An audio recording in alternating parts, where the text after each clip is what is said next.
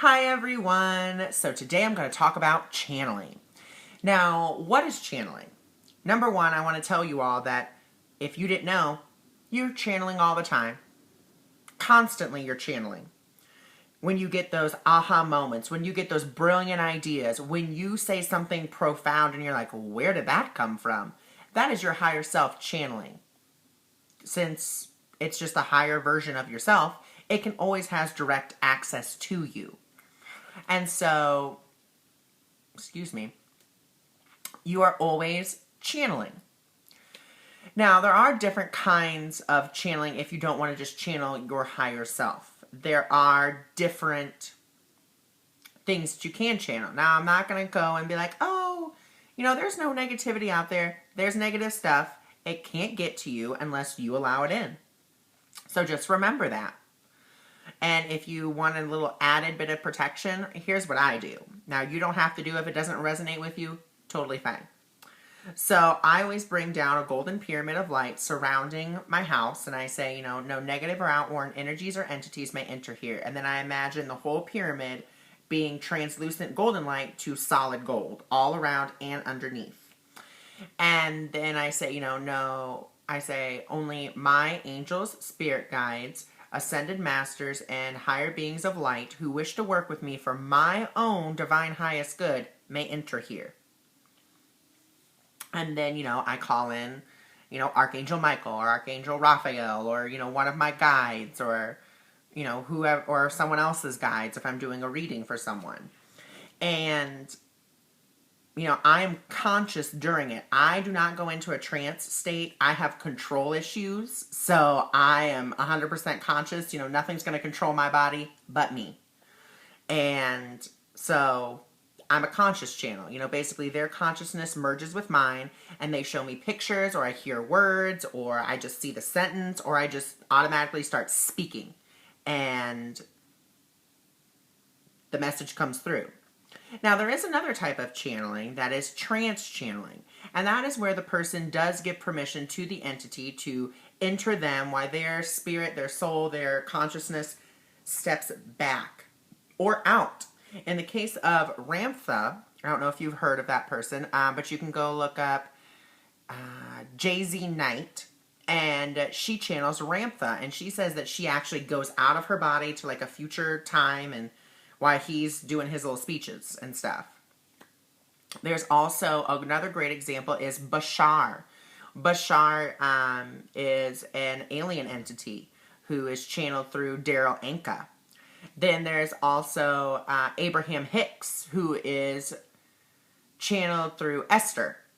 And so all these people go into like a trance state and they step back and they allow the entity to come through and use their body, their voice, and they bring forth messages that way. And people can actually interact with the entity, the actual consciousness of that entity. And in my channeling, when I am channeling, the person can ask me a question and I will reply, but from what the spirit guide is telling me, saying, okay, so let's say you have a question about, am I on the right path?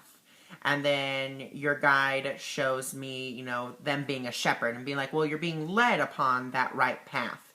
Your guide is telling me that, you need to stop questioning yourself. And that's how it can work for a conscious channel. And then for a trance channel, it's basically the guide being like, stop worrying about it. You're totally fine. But through, another person's voice. Now, sometimes they do change voices. With Daryl Anka, he does, in fact, change his voice, or his voice changes when he channels Bashar. It becomes a lot more exuberant, a lot higher, or not higher, but just more exuberant. It's very interesting. I really recommend watching it. Now, I do want to give you a quick little example of what channeling is. So I'm going to bring down my Divine Golden Pyramid, and I'm going to see what guide or angel may want to give a message. So there is also another part of channeling. This is called light language. And basically light language is where it's going to sound like I'm talking in tongues. It's nothing evil. It's nothing bad. It's either an activation, a a message or a blessing. Sometimes a clearing, but then my hands move a lot and there's lots of stuff that happens with that. So right now I'm being guided to do light language. So I'm just going to close my eyes. I'm going to allow the language to come through. And, you know, sometimes I can translate it. Sometimes I can't. It just kind of depends.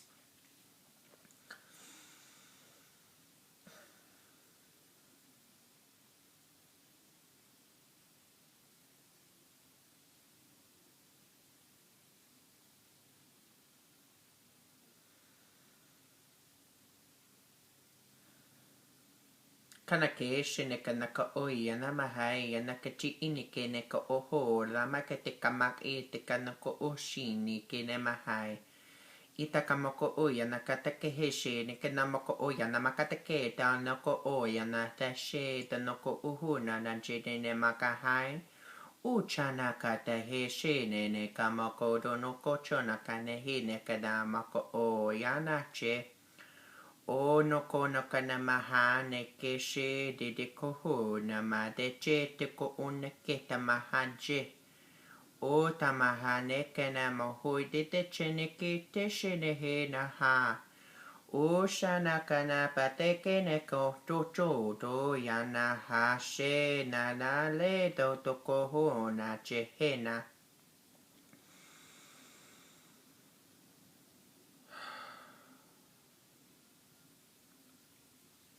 So that was just some light language.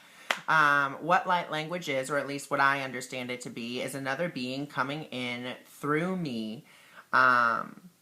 It's basically, I'm ready to receive it, but I don't feel that I'm ready to receive it, so it comes through in this different language until I'm able to translate it. Now, what I did get from that one is that we are the grandmothers. We are here to bless you and protect you. And that was about all I got from that one, unfortunately. So you can take whatever you want from it. Light language is very interesting, especially if you start doing it yourself. I find it fascinating. Also, just super fun little tip here. For me, whenever I start doing the light language and stuff, my crown chakra opens up immensely, and I always feel it, you know, very open. So that is all for today. Thank you so much for watching, and all my love.